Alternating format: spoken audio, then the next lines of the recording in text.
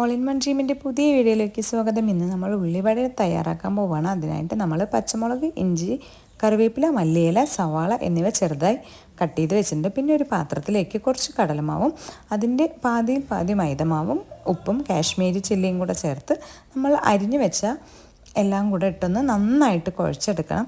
വെള്ളം പാകത്തിന് ഒഴിച്ചിട്ട് വേണം കുഴച്ചെടുക്കാൻ. ഒരേ അടിക്ക് ഒഴിക്കാതെ കുറച്ച് കുറച്ചായി ഒഴിച്ചിട്ട് നമ്മൾ കറക്റ്റ് പാകമാക്കി ഒന്ന് കുഴച്ചെടുക്കണം. ഒരുപാട് ലൂസായിട്ട് പോവാൻ പാടില്ല. അപ്പോൾ കുറച്ച് കുറച്ച് ഒഴിച്ച് മേമ കറക്റ്റായിട്ട് നമ്മുടെ മാവ് മിക്സ് ചെയ്തെടുക്കുന്നുണ്ട്. അപ്പോൾ ഏകദേശം നമ്മുടെ മാവ് റെഡിയായി കഴിഞ്ഞു.